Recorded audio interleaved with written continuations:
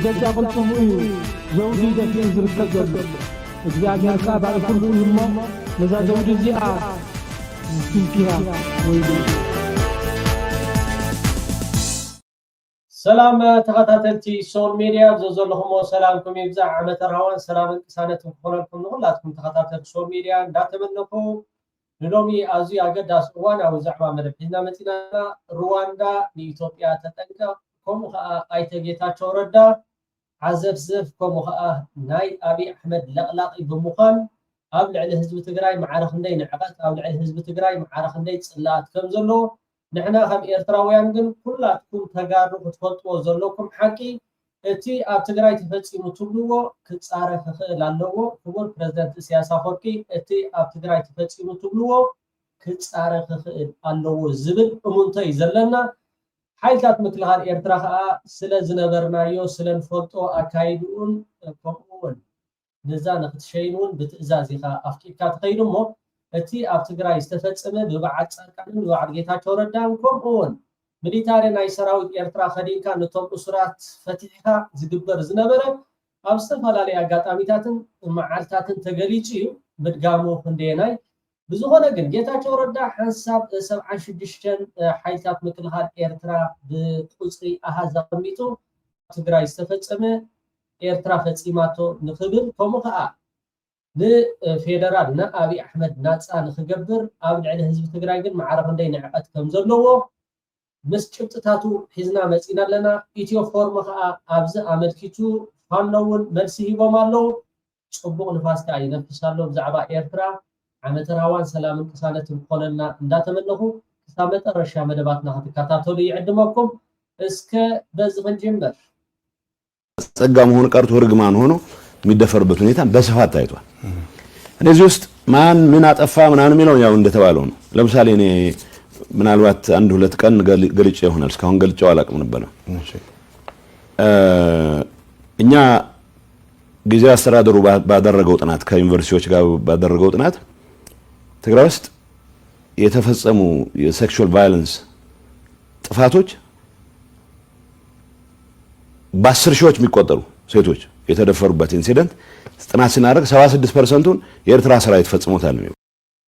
ኦኬ 76 በሰራዊት ኤርትራ ይዝብለለ ንሕና ኻጭታትና ሒዝና ስለንቀርብ በዚህ ጋጣሚ ተጋሩ ኮይንኩም ካውሽት ጽላአት ወይ ካ ነፍሰ ምትሓት ዘንቀሎ ኣብ ልዕሊ ኤርትራን ኤርትራውነት ጭብጥ ዘይብልኩም ካብ ዓዘብ ዘፈን ዘይድሊ ኢድካ መውጣጥን ተቆጢብኩም እንድሕርዳኣ ጭብጥ ሃሊኩም ሰነድ እንድሕርዳ ሃሊኩም ኤርትራ ከምዚኣ ፈጺመ ብከምዚ ዓለትን ሰዓትን ዝብል ሞርቶዖ ሒዝኩም ንሕናውን ክንሕግዞኩም ንኽእል ኢና ንሕናውን ክንሕግዞኩም ንኽእል ኢና ክቡር ፕሬዝደንት ኢሳያስ ኣፈወርቂ ኣብ ሓደ ጋጣሚ እቲ ኣብ ትግራይ ዝተገብረ ሁሉ ብሕግን ሕጋውነትን ክሕተት ክኽእል ኣለዎ ኢሉ ኣብ ሓደ ጋጣሚ ገሊጹ ነይሩ።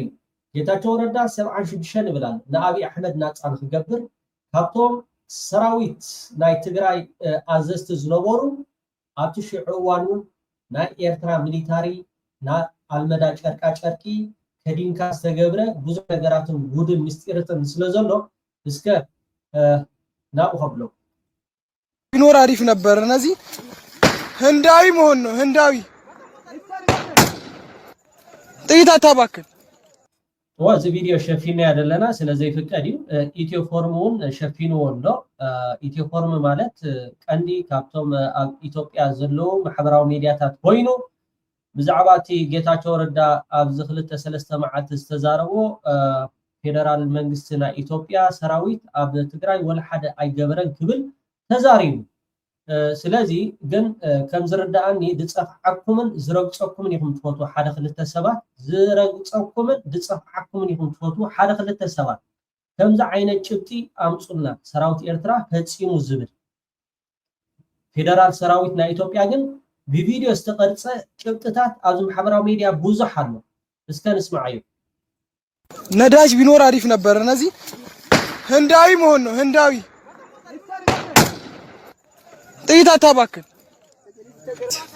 ህወሓት ያሸንፋል አለ ህወሓት ጥይት አይተባክኑ ነዳዲ ነይሩ ወይ ካ በሐዊ ከቃጽልዎም ይትመደብ ነይሩ በሐዊ ከቃጽልዎም እዩ ነይሩ ትመደብ ብዛዕባ እዚ ግን ወላ ሓደ ክትዛረቡ ኣይትረኣይን معرف ندي نورامات معرف ندي حصرات نتد حصركم صبو غيركم نعو ذكركم مسل زي تفلطوا اماسيو ناتو عصف خا جيتاچو ردا صبو غير سلسفلطكم وصي خا نحنا ولا حدا ابت غدايتي فيدرال ناي منግስትና ኢትዮጵያ ولا حدا يغبرن كبل معرف ندي ابز حج اوان كا تغارو نጌታቾ ረዳ ከተጣቁዑ ክትራዩ ከለኹም እስከ ተስተፈጸመ ሓደ በሓደ ራእይዎ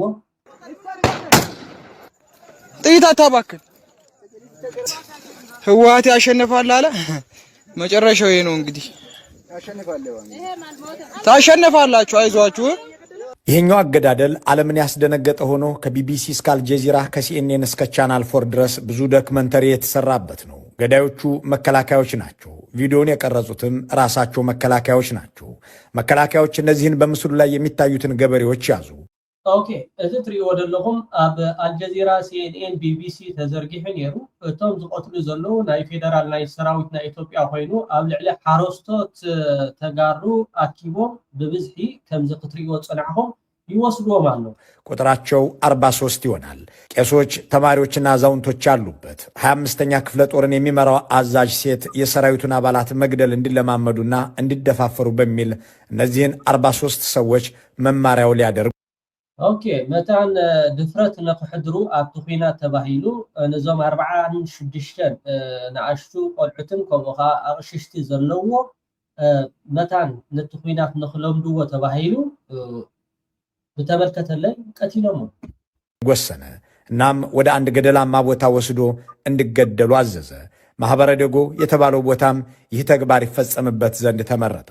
የክፍለ ጦሩን የካሜራ ኦኬ ማህበረ ዴጎ ዝበሃል ቦታ ግን ኣብዚ ሓለፈ እዋን እውን ጻድቃን መጺኡ ሰራዊት ኤርትራ ክብል ናይ ሓሶት ዘረባ ክዛረብ ከሎ ብጭቅ ኢሉ ዝተዛረበ ትግራዋይ ኣይነበረን። ሓደ ክልተ ሰለስተ ሰባት ተዘይኮንኩም ጽቡቅ ጌርኩም ትፈልጡ ኢኹም። ግን ከም ዝርዳእኒ ዝረግጾኩም ኢኹም ትፈልጡ ዝረግጾኩም ስለትፈቱ ጻድቃን ክሕሱ ከሎ ከዓ ጽፉን ተጣቅዑ ነይርኩም። ኣብዚ ማህበረ ዴጎ ዝበሃል ቦታ እወ ለሓንእቶ ኢትዮፎርም ጽቡቅ ጌርካ ትገልጸሎም ኣለኻ በቲ ቋንቋ ዲኡ ማለት ወሰነ።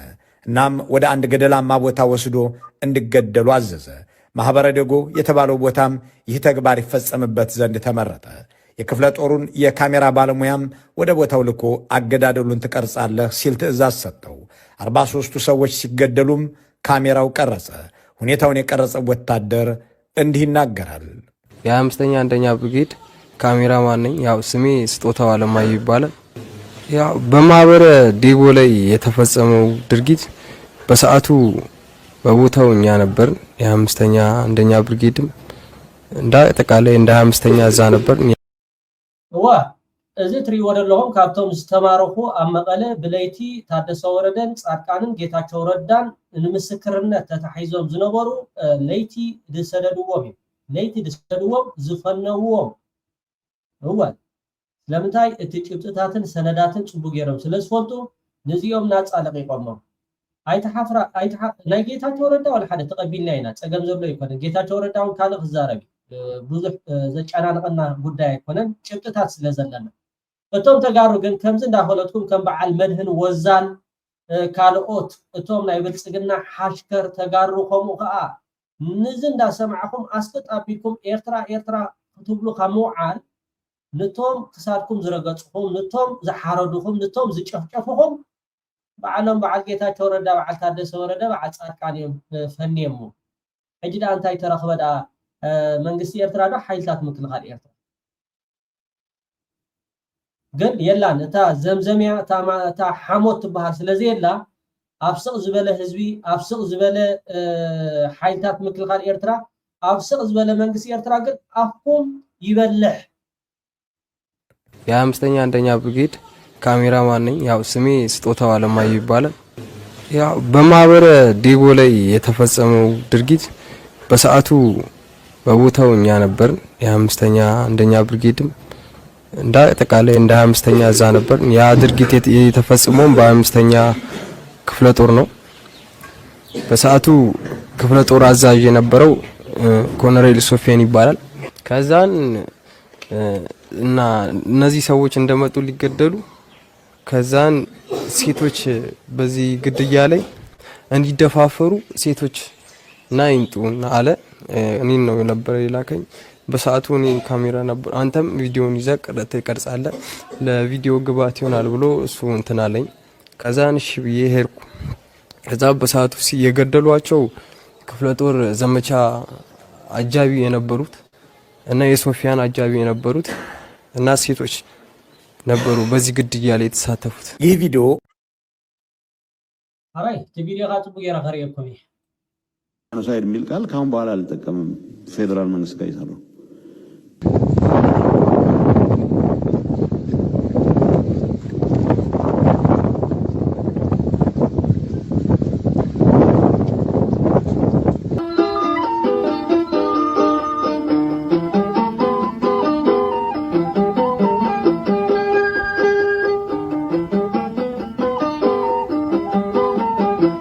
መንግስት ጋር መሰራው ጄኖሳይድ የሚል ቃል ካሁን በኋላ አልጠቀምም። ፌደራል መንግስት ጋር ይሰራው ያው በማህበረ ዴቦ ላይ የተፈጸመው ድርጊት በሰዓቱ በቦታው እኛ ነበር። የ5ኛ አንደኛ ብርጌድም እንደ አጠቃላይ እንደ 25ኛ እዛ ነበር። ያ ድርጊት የተፈጸመው በ25ኛ ክፍለ ጦር ነው። በሰዓቱ ክፍለ ጦር አዛዥ የነበረው ኮሎኔል ሶፊያን ይባላል። እና ይህ ድርጊት እነዛ ሰዎች በሰዓቱ የተገደሉት እኔ ማቃቸው 43 ሰዎች ናቸው። ያገኘን ግደሉ ነው። ያገኘን ግደሉ፣ ያገኘን ጨፍጭፈው፣ ያገኛችሁን ቤት ያቃጠላችሁ ሂዱ ብሎ መመሪያ የወረደ ነበር። ማሰር ሳይሆን መንበርከክ ሳይሆን ዝም ብሎ ከቤት አውጦ መግደል፣ በር ፊት ለፊት አውጦ ማለት ነው። ገና ነገ ነው፣ ዳር እያለቀ ነው። እነሱም እሳቱ እየሞቃቸው ነው። ሲግል ያቃጥላቸዋል። ስለተቃጠለ ኦኬ ክትሪእዎ ፀኒሕኩም ብዙሕ ጭብጥታት እውን ኣለና፣ ብዙሕ ሰነዳት እውን ኣለና። ስለዚ ምስ መንግስትን ህዝብን ኤርትራ ብሰላምን ብፍቅርን ዓመተ ረሃዋን ሰላምን ቅሳነትን ንህዝቢ ትግራይ ካብ ዝኣትይዎ ዘሎ ዓፀቦን ጥሜትን ከመይ ገይሩ ካብኡ ከም ዝወፅእ ዳ ክትሓስቡ ክትክእሉ ኣለኩም ዳ እምበር ፖለቲካ ኣስመራዶ ገለ እንዳበልኩም ለይትን መዓልትን ካብ ምዝራብ ወፂኹም መጀመርታ ከም ሰብ ሕሰቡ ካብ ሓሶትን ካብ ምድንጋርን ኣብ ልዕሊ ህዝቢ ኤርትራ ኸ ኢድኩም ውጥዋ ጠጠው ኣቢሉ ጌታቸው ረዳ ፅቡቅ ገይሩ ጀፊዕኩም፣ ጌታቸው ረዳ ፅቡቅ ገይሩ ይቢሉ ንዚ ሰብ እዚ ከዓ ኣብ ኣዲስ ኣበባ ብሂወቱ በቃ ብሰላም ወፊሩ ይኣቱ ማለት መዓር ክንደይ ውዱቃት ምዃንኩም ማለት መዓር ክንደይ ውዱቃት እዚ 45 ቀቀሊ ሕጂውን ኣርእየኩም ነይረ እንዳፀፍዕዎም እንዳለክዕዎም እንዳቆተልዎም ከሎ ማለት ጭብጢ ዘሎ ትግራዋይ ከዓ ስኢሉ መፂ ብዚ ኤርትራ ከምዚ ገይራ ገለገለ ካብ ዝብል ጭብጥካ ሒዝካ ቅርብ ንሕና ክንሕግዘካ ኢና። ናብ ቤት ፍርዲ ደይትፈልጦ ትኮንካ እውን እቲ መገዲ ናይ ቤት ፍርዲ ባዕልና ክንመርሓካ ኢና። ስለዚ ንዝመፅእ ውሉድ ወለዶ ኤርትራዊ ብኣኻትኩም ወዲ ከማኻትኩምን ብናይ ፅንፅዋይ ሓሶት ተሸቅሪሩ ክነብር ኣይንደልን ኢና። እዚ ከዓ ታሪክ ስለ ዝኾነ ኣብ ሰዓቱ ኩሉ እቲ ከም ዘሎ ከነቅርቦ ኢና። ጌታቸው ይቅፅል ተንቀሳቅሶ ለምን ልክ ያስገባቸው ነው የምትለው? ኖ አይ ሃቭ ኮንቨርሴሽን ዊዝ ዘ ፕራይም ሚኒስተር። አትቸኩሉ። ቢያንስ የትግራይ ሰው እንኳን ምርት ሳይሰበስብ ግጭት የሚባል ለምንድን ነው ለማንሳት ሰው የሚቸኩለው? ይላል ሊትራሊ የሌለ ልሰጠው አልችልም። ጻድቃንን ጌታቸው ረዳን ሓቲቶሞ ነይሮም ኣብይ ኣሕመድ ኣብ ልዕሊ እቲ ናይ ትግራይ ዘሎ ኩነታት ኣብኡ ኢትዩ እቲ ናይ ፌደራል ንክቋፃፀራ ንትግራይ ሓቲቶሞ እንታይ ካ ስኡልካ ትዕዘብ ዘለካ እዚ ናይ ትግራይ ጉዳይስ ፌደራል ሰራዊት ናብ ትግራይ ዘይኣቱ ኢልናስ ሓቲትና እዩ።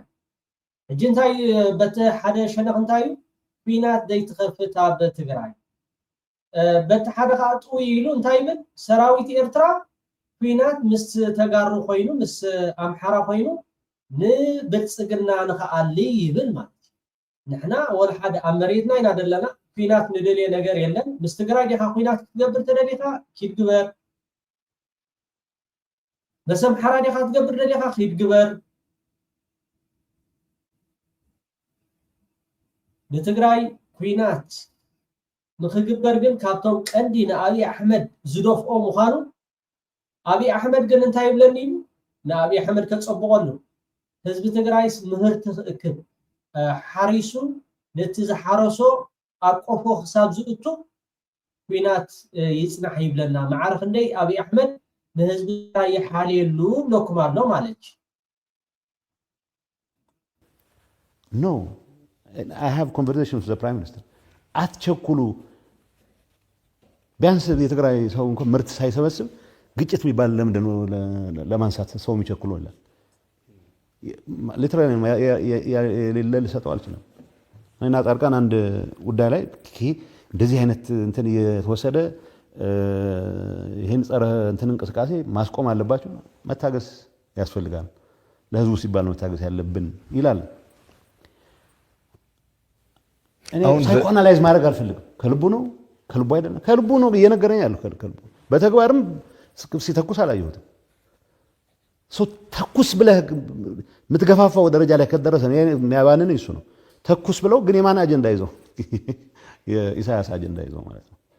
የኤርትራ ህዝብንም ይጣ ሶባን አብይ አህመድ ከተኩስ ይራኾን ህዝብ ትግራይ ከሳብቲ አቆፉ ዝእትዎ ትእኽል ግን ኣብይ ኣሕመድ ፒናት ኣይፈትምየ ኢሉ ከተኩስ ይራኾን ይብላ ኣሎ ማትኪ ነተጋርኾም ጌርካ ዳናግሮም ፅቡቅ ጌርካ ፈሊጥካ ማለኻ ክቡራት ተኸታተልቲ ሶል ሚድያ ናብቲ ካልኣይ ትሕዝቶና ናብኡ ክነሰጋገር ናይ ሩዋንዳ መንግስቲ ኣብይ ኣሕመድ ነቲ ኣብ ዝሓለፈ 2024 ብዛዕባ እቲ ኣብ መንጎ ናይ ሶማሊላንድን ኢትዮጵያን ኣፍልጦ ብዛዕባ እቲ ኣብ ደገ ባሕሪ ዶ ገለ እንዳተባሃለ ንምርካብ ሶማሊላንድ ኣፍልጦ ብወግዓዊ ንምሃብ ዝገብሮ ዝነበረ ድሒሩ ከዓ ኣብ ኣንካራ ብምኻድ ነቲ ስምምዕ ኣብ መንጎ ሶማሊላንድን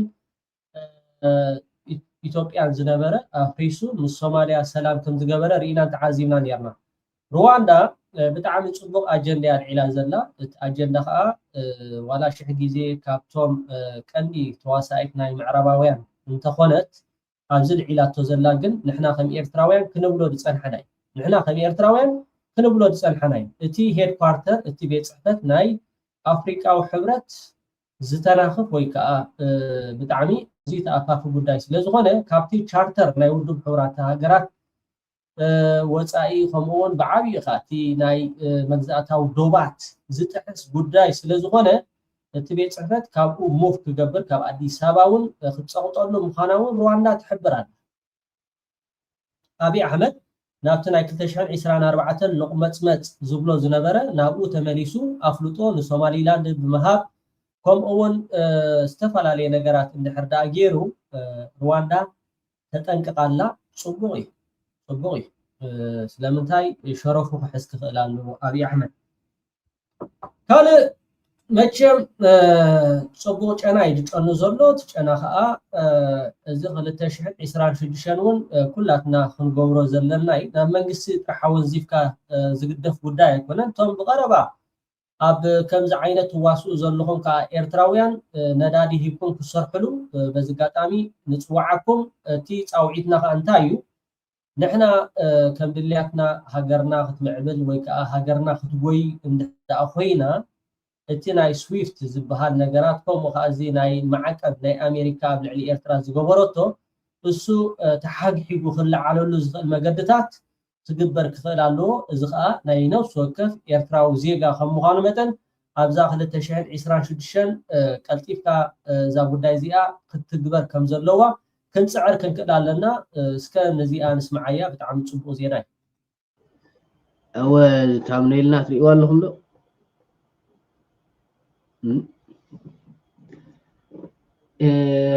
ኣሜሪካ ምልዓል እገዳ እያ ትብል ኣብዚ ቀረባ እዋን ብፍላይ ኣብቲ ናይ ኒውዮርክ ዝነበረ ዋዕላ ክቡር ሚኒስትሪ ጉዳያት ወፃኢ ኤርትራ ኣቶ ዑስማን ሳልሕ መፂኡ ከም ዝነበረ ርኢና። ከምኡውን ኣብ ኣሜሪካ ዘለዉ ዲፕሎማሰኛታት ክብርቲ ኣምባሳደር ሶፊያ ተስፋማርያም ዘለዎም ረኺቦም ምስ ወፃኢ ጉዳይ ሚኒስትር ናይ ኣሜሪካ ከምኡውን ቀዋሚ ናይ ወኪል ናይ ሓላፊ ፖለቲካዊ ጉዳያት ኣብ ቀርኒ ኣፍሪቃ ናይ ኣሜሪካ كمون مزدملكتهم أكلات تراقبهم تزاراريبهم كم زنبرو رئينا نيرنا مالتي أبت زرزر بزح كم تزد اللي أيتتقسن نيرو بمسرة حجي حدش وص يدلو بتملكتهم أكلات ودبلوماسيات ناتنا especially تمالي بتأخيبا زنبركم كم تسمعنا يوم مالتي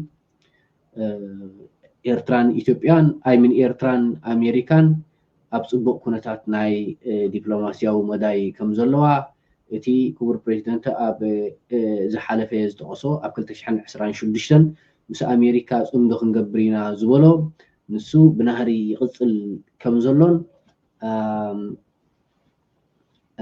دخونه وعل ويسمى معجرن كم زلوا دفلت إمالتيو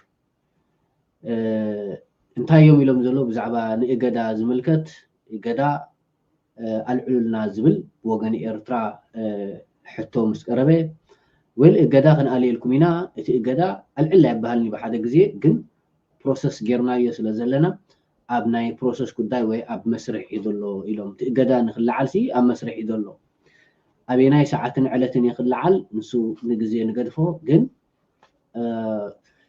قدم حجي أبناي من محدار ناي بريزيدنت دونالد ترامب دنوبرلو أب نوفمبر 14 كلتشحن 10 شومنتن نلعل 10 عامات أبل علي إيرترا تسجدده زي حقا قدا 5 على الذكري أبز حجي جزي خاني أبناي من محدار دونالد ترامب خاني زي قدازي بوقع حتوم سكوربلو بوقع إيرترا نخلعل أب مسرح غيرهم خمزلو أب تسفى خمزلنا مالتيو يحبر مالتيو بتعمي دس دبل زيناي سلازي قدا كل عالم كساب ما أشيد اللعل نجزي نقدفه كم ذا عينة صبوا زينا الله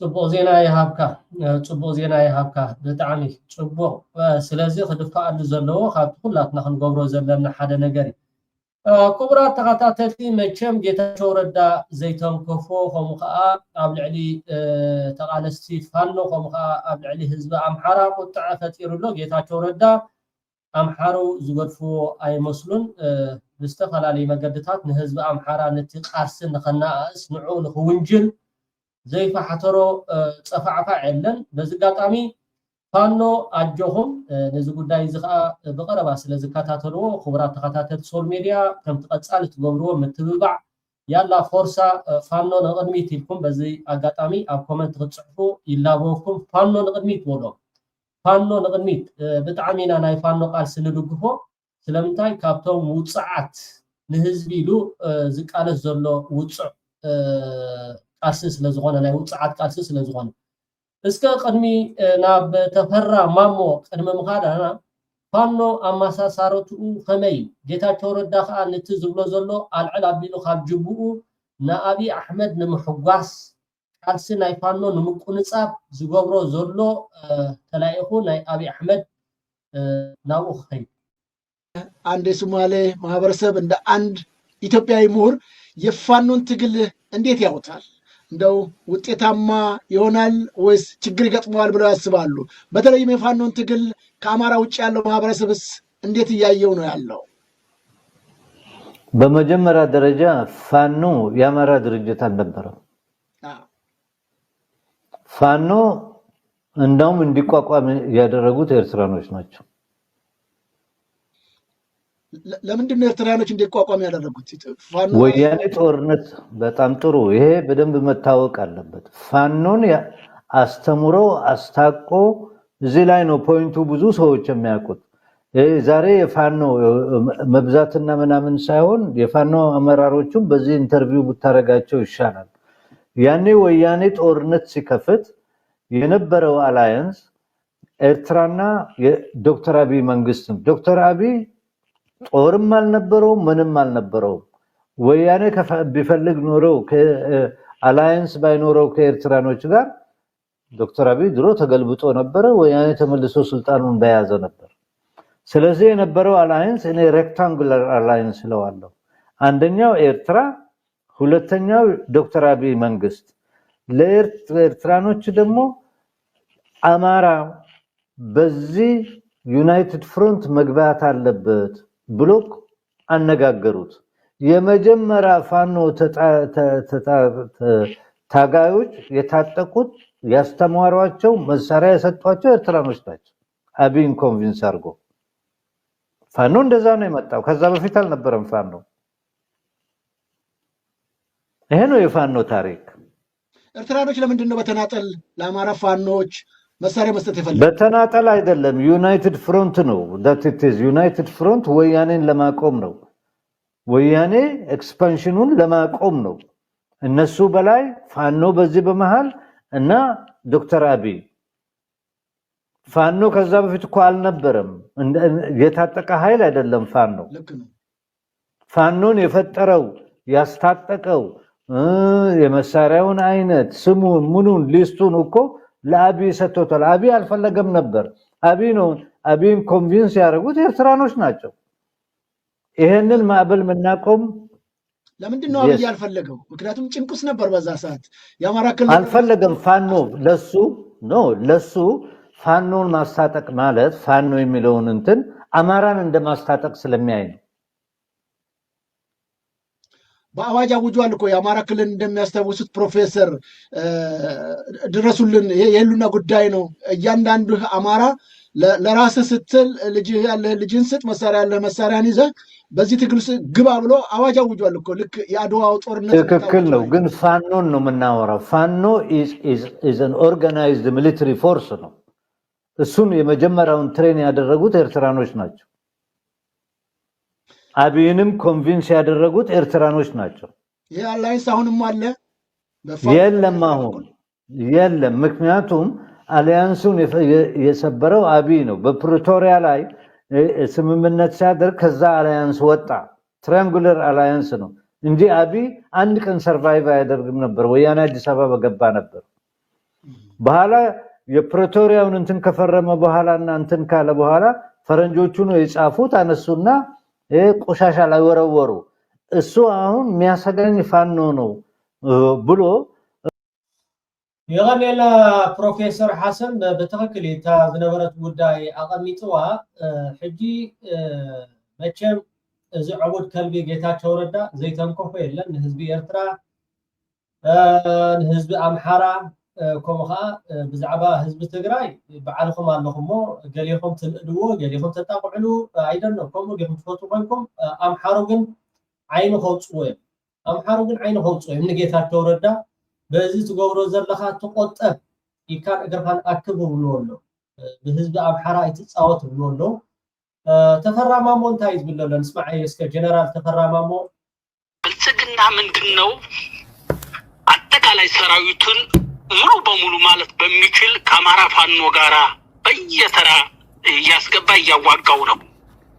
ለምሳሌ የተወሰነ ኮሮች አመጣና አንድ ሳምንት ወር ካዋጋው በኋላ ከፍተኛ ኪሳራ ሲደርስበት መልሶ ይዞ ይሄድና በሌላ ቀይሮ ያመጣዋል። በዚህ በሁሉም ቦታዎች ላይ አስገብቶ እያተራመሰው ነው። በዚህ ሂደቱ ላይ በተፈለገው መንገድ አልሄደለትም። ይሄ ባለፈው ህዝብን ሲያታልል የነበረው ቀይ ባህርን እቆጣጠራለሁ ኤርትራን ወጋለሁ እያለ በተደጋጋሚ ሲደነፋ የነበረው ከድንፋታ አላለፈም። ፋኖ ገጥቶ ይዞታል። ናይ አብይ አሕመድ ሰራዊት ብዝኾዶ ክፍለ ሰራዊት የምፅእ ይድምሰስ ገለ የምፅእ ኣብ ከሎ ከዓ ይማረኽ ኣብ ከምዚ ኩነታት ከዓ ንቀይሕ ባሕሪ ክንመልስ ኢና ገለ እንዳተባሃለ ዝዝረብ ዝነበረ ዘረባ ኣብዚ ሕጂ እዋን ነቲ ናይ ፋኖ ሓይሊ ክስዕር ዘይከኣለ ከምኡ ከዓ ናይ ፋኖ ሓይሊ ፅቡቅ ናብዘይ ከደሉ መገድታት ኣብዚ ሕጂ እዋን ኣብዚ ሓለፈ እዋን እውን ጀነራል ተፈራማሞ ዝበሎ ንኤርትራ ንድሕር ዳኣ ተንኪፍካ ንሕና ስቁኢልና ኣይንሪኤካን ኢና ንትግራይ ንድሕር ዳኣ ተንኪፍካ እውን ስቁኢልካ ኣይንሪኤካን ኢና ዝብል መልእኽቲ ኣመሓላሊፉን እዮም። ስለዚ አብይ አሕመድ ማዕረፍ እንደይ ኣብ ሕማቅ ኩነታት ከም ዘሎ ይዘብርህ ደሎ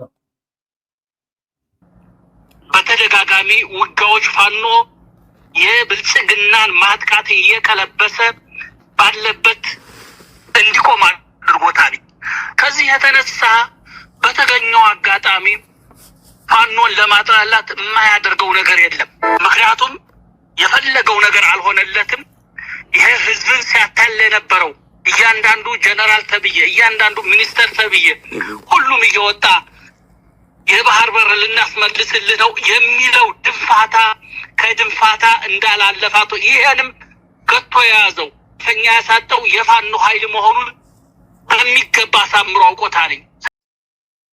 وجنرالاتن يسراتن زي تزارب يلن بزعبا بحر خنملسينا بحر خنمصينا قلنا بلا مالتي ابز حجي وان كا توشتاو قلولا كراغاغو سلازي كاله فانو ابز حجي وان حمام رئسي نتي ناي بحري اجندا زحاسبو غتيرو حيزو سلازولو ابتي ناي وشتنا ايتوبيا تصميدو او يسرح سلازولو نهزبي نمصلا نفانو زي غورو كمز غيرو እንዳተባለ ሰባት በመቅታል ህዝቢ በመጨፍጫፍ ባዕሉ غيرو ንፋኖ ኣብ ምጽላም የተጸሚድ ሰርሕ ዘሎ ጌታቸው ረዳ ሓደ አካልናቱ ናይ ትግበር ድጸንሐ ጸለመ ኣብ ልዕሊ ፋኖ ጸለመ ኣብ ልዕሊ ህዝቢ ኤርትራ ጸለመ ኣብ ልዕሊ ሰራዊት ናይ ትግራይ ዝግበር ዘሎ አካልናቱ እዚ ሕጂ ጌታቸው ረዳ ዝዛረቦ ዘሎ ስለዚህ ፋኖን ባገኘው አጋጣሚ ለማጥራላት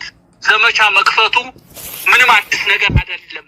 ያ እንዳልሆነ አውቆታኒ የፋኖ የመዋጋት አቅም ከጊዜ ወደ ጊዜ እየጠነከረ ስነ ልቦናዊ ጥንካሬው በተገቢው እየሄደ መሆኑንና ሰራዊቱ እየተፈሰፈሰ መሆኑን ስላወቀው ከዚህ የተነሳ የተለያየ ነገር ላይ ቢያደርግ ምንም የሚያስደንቅ አይደለም ለማለት ነው። የተሯሯጣ ያለው ይሄ ስብራት ስለገጠመው ነው። ተመልክ አይታል ቀደም ብሎ ነው የጀመረው። አሁን በሚሉት አይደለም ወደዚህ ሁጋ የገባው። ጥያቄያችንም እኛ የዛ አይነት የፕሪቶሪያ ስምምነት አይደለም። ያ ስምምነት ምንም የሚፈይደው የለም። ለህወሓት ትንፋሽ ለመውሰድ ያመቻኒ በተለያየ ውጊያ ውስጥ ስለነበረ ትንፋሽ ለመውሰድ ነው። ዘላቂ መፍትሄ ግን የሚያመጣ አይደለም። ተከሊ ጀነራል ተፈራ ማሞ ኣብዚኣ ዝገለጻ መቸም ጌታቸው ረዳ ባዕለኻ ተቃላዓይ ልካ እዩ ፕሪቶሪያ ውዕል ንሕወሓት ንምድሓን ዝተገብረ ውጥን ወይ ከዓ ሽርሒ ዳ እምበር ሰላም ንኸምፅእ ኢሉ ዝተገብረ ጉዳይ ከም ዘይምዃኑ ጀነራል ተፈራ ማሞ ይገልጽ ኣሎ። ሓቂ ንስኻውን ባዕልኻ ትብሎ ነርካ ብህይወት ኣይምስሃለና ነርና ውዕል ፕሪቶሪያ ተዘይንፈራረም ኣይምስሃለና ነርና ፈረሙ ተባሂልኩም ከዓ ፈሪምኩም ኢልኩም ፕሬዝዳንት ኢሳያስ አፈወርቂ ልክዕ ኸመያ ስለዚ ፕሪቶሪያ ንዓኻትኩም ብህይወት ኣትሪፍካ ንፋኖ ንህዝቢ ኣምሓራ ንምጭፍጫፍ ከምኡ ከዓ ናብ ኤርትራ ንምምፃእ ከምኡ ኢኻ ተፈራሪምካ መፂኻ ጌታቸው ረዳ ንህዝቢ ኣምሓራ ምጭፍጫፍ ንኤርትራ ከዓ ምጭፍጫፍ እዚኣ ካብ ፕሪቶሪያ ተፈራሪምካ መፂኻ ነቶም ሓለፍቲ ብህይወትኩም ንኽተርፉ ዝተገብረ ውዕል ዳ እምበር ንህዝቢ ኣምሓራ ወይ ከዓ ንህዝቢ ኤርትራ ዝምልከት ጉዳይ ኣይኮነን ብዛዕባ ናይ ፕሪቶሪያ ውዕል ለማንም ዘላቂ መፍትሄ ያን ነገር አያመጣም። ስለዚህ የአማራ ፋኖ የአማራ ትግል የአማራ ህዝብ ብሶት የወለደው ነው። ለዘመናት በአማራ ህዝብ ሲፈጸም የነበረ መገለል ሲፈጸም የነበረ ደባ ይሄ የወለደው ነው እንጂ አሁን እነሱ የሚሉት አሁን ባለው መነሳሳት አይደለም። ይሄ ህዶ አሁን በከፍተኛ ደረጃ ጣራ ላይ ሲደርስ የሚናገሩት እንጂ እንደተባለው እነሱ የነሱ ምኞት ከዚህ ጋር ሊያያይዙት የሚወቅት ከዛ በፊት የነበረ ነው። መንግስትና የኤርትራ መንግስት ወዳጅ በነበሩበት ጊዜ የአማራ ፋኖ ትግል ነበረ። ብልጽግና ህወሓቶችን በጋራ ሁነን ቴንኪው ፋኖ ብልጽግናን ኤርትራን ሰላም ኣብ ዝነበሩሉ ጊዜ ፋኖ ነይሩ ጌታቸው ረዳ እዚ ተቀዳማይ ሓሶትካ ፋኖ ነይሩ ኣይነበረን ግን ኢልካ ጌታቸው ረዳ ፕሮፌሰር ሓሰን እንታይ ክብል ጸኒሑ ብስምምዕ ናይ አብይ አሕመድን መንግስቲ ኤርትራን ብስምምዕ ፋኖ መንግስቲ ኤርትራ ከሰልጥኖም ከምኡ ከዓ ንኽምስረት ተገይሩ እቲ ኩናት ናብ ክልል ኣምሓራ ይስፋሕፋሕ ስለ ዝነበረ ኣብቲ ጉዳይ እቲ ከዓ ናይ ህዝቢ ኣምሓራ ሓገዝ የድሊ ስለ ዝነበረ ሽዑ ተመስሪቱ ቅድሚ ከዓ ሕቶታት ነይርዎም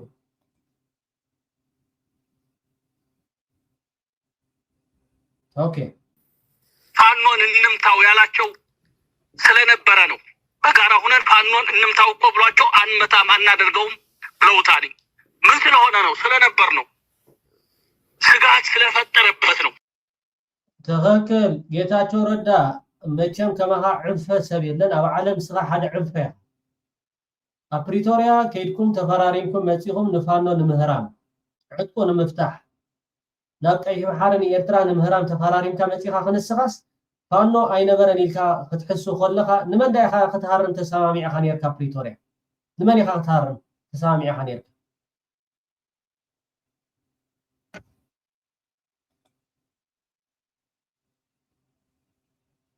ስለዚህ ምንም የሚገናኝና የሚጣበቅ በሌለበት ነው ብልጽግናን ለማስደሰት አሁን ካለችው ህይወቱ ጋር ተለጥፎ ለመኖር ራሱን ችሎ ሊሄድ ስለማይችል የሚደሰኩረው እንጂ ምንም የተያዘ ሀቅ የለው ለማለት ነው። ሙሉ በሙሉ አዲስ አበባ የሚደርሰው ሀገሪቱን በትግራይ ውጊያ ከአማራ መሬት አልወጣም። ከአማራ መሬት አልወጣም። ሁሉም የተሰለፉት በዛ አካባቢ ከአማራ አሁን የአማራ ክልል ከሚባለው ከጎንደርና ከወሎ አልወጡም። የተዋጉት የህወሓት ኃይል ወደ አማራ መሬት ሲገባ ነው ከፍተኛ ዋጋ የከፈለው ፋኖ እንጂ አንድም ወደ ትግራይ መሬት የተንቀሳቀሰ ፋኖ የለም። ተመልከት እንዴት አድርገው አምጥቶ እንደሚያጣብቀው ይሄ ሰውዬ። በዛን ጊዜ የሌለን አካል ወደዚህ ደረጃ ላይ አምጥቶ ሰቀለው። ስለዚህ ይሄ ነው አንዱ ችግሩ የሆነ ሰውየው ብዙ ቦታ ይረግጣን። ተመልከት በየጊዜው ስርዓት በመጣ ቁጥር ሁሉ እንደነዚህ አይነት ባደረበት እየጮኸ የሚኖር ነው። ተመልከት የት አካባቢ የአማራ ፋኖ ገባ? ትግራይ ላይ እስቲ የት መሬት ላይ የአማራ ፋኖ ገብቶ ነበር ቢሉት ምን ሊል ነው? ስለዚህ በፍጹም ያልተደረገ ነገር ነው። ምንም በሌለበት ነው ብድግ አድርጎ አሁን ካለው ወቅታዊ ሁኔታ ካደረባቸው ስጋት ብልጽግና ካደረበት ስጋት ትንሽ የደገፍ መስሎት ነው እንደዛ የሚናገረው እንጂ አንድም ቦታ የአማራ ፋኖ የታገለው በዛን ጊዜ በመሬቱ ነው። ሰሜን ወሎ ላይ የነበረው ፋኖ ሰሜን ወሎ ላይ ነው የታገለው። የጎጃም ፋኖ ወደ ደቡብ ወሎ ሆዶ ነው የታገለው። ጎንደር ያለውም ተመሳሳይ እዛ አካባቢ ነው የታገሉት እንጂ አንድም ፋኖ ትግራይ መሬት ገባ ብሎ ለምልክት መናገር አይችልም። ውሸት ነው ለማለት ነው። ይኸው ነው ተመልከታቸው። እንግዲህ የፋኖ ትግል መቼ ነው የጀመረው ነው ይሄኛው አንደኛው። ኦኬ ክቡራት ተከታተልቲ ከምዚ ክሰምዖ ፀናሕኹም ጌታቸው ረዳ ብኩሉ ዝዋረድ ዘሎ እቶም ሕጋዝ ኣብዮም ዘሎ ግን እቶም ሕጋዝ ኣብዮም ዘሎ ተጋርዮም ዳእምበር ኣምሓሮ ኤርትራውያን ዓኽ ጥፎ ኢልና መቸም ከም ጌታቸው ኣብ ዓለም ሕሱር ስለዘየለ ነቶም ጌታቸው ተኽብርዎ ነቶም ጌታቸው ከዓ ተብልዎ ዝፀኩምን ዝፀፍዓኩምን ዝቐትለኩምን ትፈትዉ ሰባት ከምኡ ሕማን ዘለኩም ሰብ እዩ። ንጌታቸው ዘኽብር ትግራዋይ ነቲ ጌታቸው ዝሓቁፍ ትግራዋይ ዝርገፅ ወይ ከዓ ዝቕተል ከምኡ ዓይነት ደስ ድብሎ ድጭፍልቆ ዝፈቱ ሰብ ክኸውን ክኽእል ኣለዎ። የቐኒየለይ ክቡራት ተኸታተልቲ ሶል ሚድያ ደጊመ ደጋጊመ ኣብዞ ዘለኹምዎ ሰላምኩም ይብዛሕ። ላይክ ሼር ሳብስክራይብ ኣይትሕመቑ። ከምኡ እውን ኣባል ሶል ሚድያ ንምዃኑ እውን ኣብ ተቐዳመይቲ ኮመንት ኣብ ኣኽጎድፈልኩም እየ። ፅቡቕ ምጅማር ርሑስ ሓድሽ ዓመት ተሰናይ።